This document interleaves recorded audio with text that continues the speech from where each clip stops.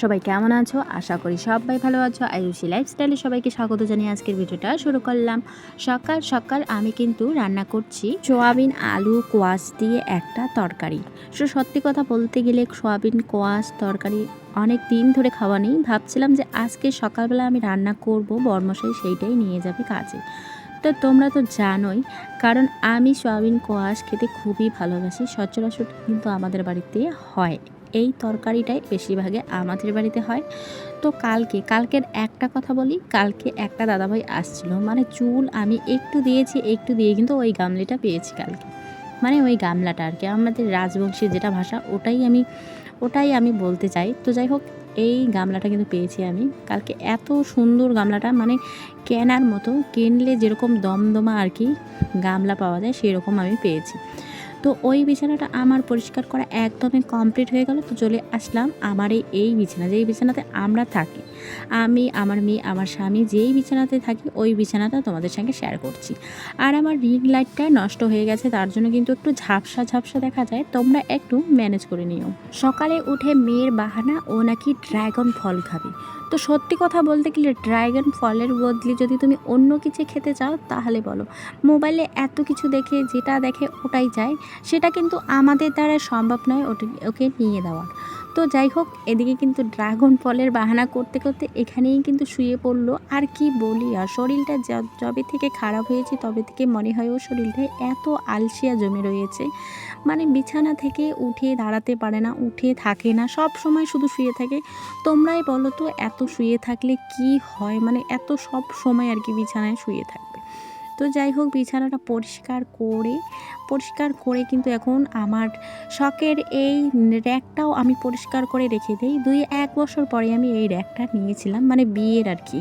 বিয়ের আমার কিন্তু প্রায় 4 বছর হচ্ছে। 4 বছরে আমি জানি না আমার ঘরের আমি কত কিছু নিতে পেরেছি। তো শখের 2টা র্যাক নিয়েছি, এই 2টা চেয়ার নিয়েছি, এরকম অবস্থা আর কি। বিয়ের পরে আমি এগুলা নিয়েছি।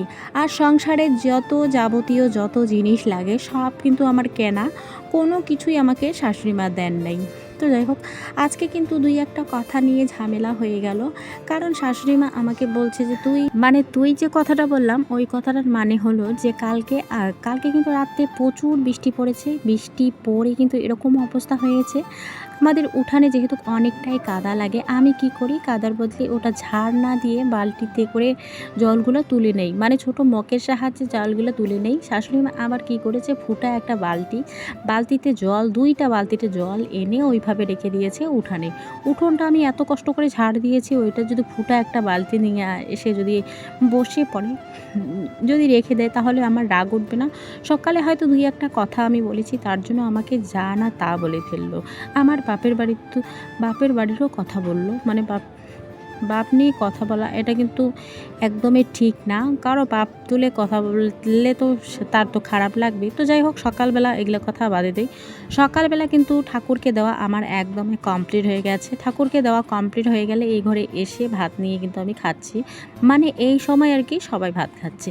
সবারই যেহেতু কাজকর্ম শেষ, তার জন্য সবাই ভাত খাচ্ছে। ঠাকুরকে দেওয়ার পরে কিন্তু আমি আর একদমই থাকতে পারি না, কারণ ভাতটা তখন আমার খেতেই হয়। খাওয়ার পরে একটু কিন্তু শুয়েছিলাম, শুয়ে থাকার স্বার্থে কিন্তু এদিকে মেয়েকে ঘুমও পাড়িয়ে দিলাম।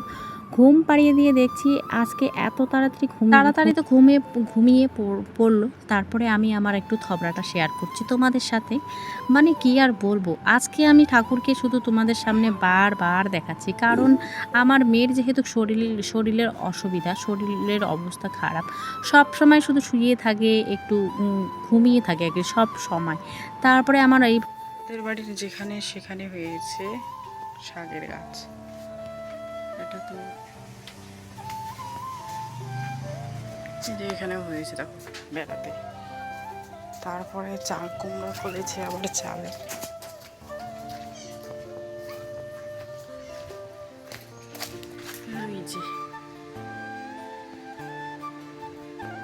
এই যে দেখো লাইন করে ফলেছে অনেকগুলো।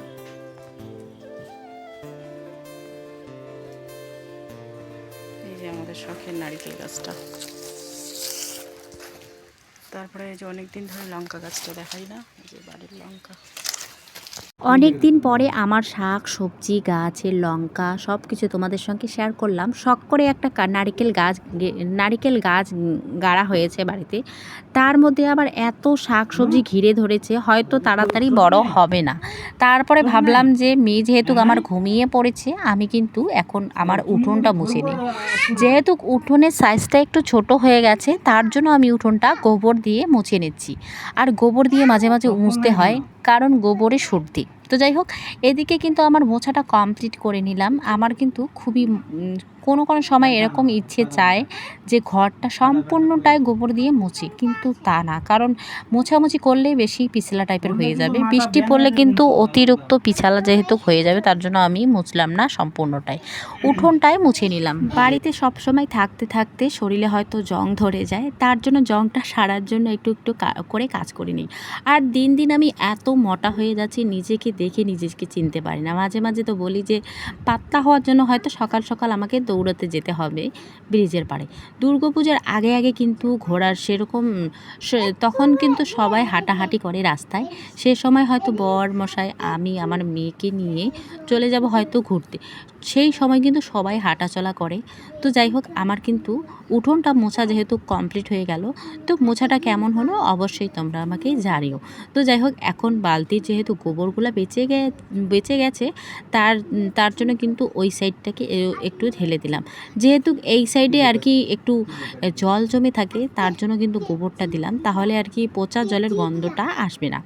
তো যাই হোক, এখন কিন্তু বিকালবেলা শাশুড়ি মায়ের হাতে দেখি এতগুলো কলমি শাক নিয়ে এসেছে, কোয়ের থেকে বা কলমি শাক নিয়ে আসছে। তো যাই হোক, বিকালবেলা যেহেতু আমি সকালবেলা একবার ঝাড় দিই, বিকালবেলা দুপুরবেলা আমি কিন্তু বাড়িতে যদি থাকি তাহলে সারাদিনে এই উঠান বাড়িঘর ঝাড় দিয়েই থাকবো, কারণ কোনো সময় দেবো না যে একটু নোংরা পড়ে থাকুক। নোংরা পড়ে থাকলেই আমার খারাপ লাগে দেখতে। তো যাই হোক, উঠোনটা ঝাড় দিয়ে নিলাম। উঠোনে কিন্তু বেশি নোংরা হয় না, তখনই আমি ঝাড় দিয়ে নিই। আমি যখন এখানে ভিডিও করছিলাম তখন কিন্তু আমার এক যা আসলো, আবার ভিডিওটা বন্ধ করে দিলাম। লজ্জা লাগে মানুষের সামনে ভিডিও করতে। এখনও তো আমার কোনোই সাকসেস হয়নি। যখন সাকসেস হয়তো হবে তখন সবার সামনে ভিডিও করব, তখন আর ভয় পাবো না, তখন আর লজ্জাও লাগবে না ভিডিও করতে। এখন যেহেতু আমি কোনোই পজিশে আসিনি, তার জন্য আমার খুবই লজ্জা লাগে মানুষের সামনে ভিডিও করতে। জানি না আমার এই গাছপালা কবে বড় হবে, আর কবে যে ফল টল হবে, মানে কবে কি হবে। ডালিম গাছটা তো সেই বিয়ের আগের থেকে আমি দেখি, বিয়ের নাকি 2 বছর আগে এটা এটা আমি তো সন্ধ্যাবেলা স্নান করে নিয়েছি। স্নান করে তোমাদের সঙ্গে আর কোনো কিছুই শেয়ার করিনি। তো স্নান করে এখন আবারও রান্না বসিয়ে দিয়েছি রাতের জন্য। তো সিদ্ধ ভাত রান্না করব, সিদ্ধ ভাত, তার সাথে থাকবে শুটকি মাছের চাটনি থাকবে। তো শিলনোড়ায় বেটে নেব, খাওয়ার সময় তোমাদের সঙ্গে দেখা হচ্ছে। আর কোনো কিছুই ভিডিও করতে পারবো না, কারণ সিদ্ধ ভাত। শাশুড়ি মা কী রান্না করছে চলো দেখিয়ে আসি। কোনো আর ফল হচ্ছে না, জানি না কত বড় হয়ে ফল হবে। তো যাই হোক, শাশুড়ি মা এদিকে ডাল রান্না করেছে আর আলু সিদ্ধ। এই যে যুদ্ধ করে কি অবস্থা হলো, এই যে কালো দাগ হয়ে গেছে, এই যে আর আমার এই যে এইখানে আমাদের মহাযুদ্ধ লাগলো এখনই। এইখানে এই যে এখানে ফুলে গেছে, এখানে যুদ্ধ লাগলো পুরা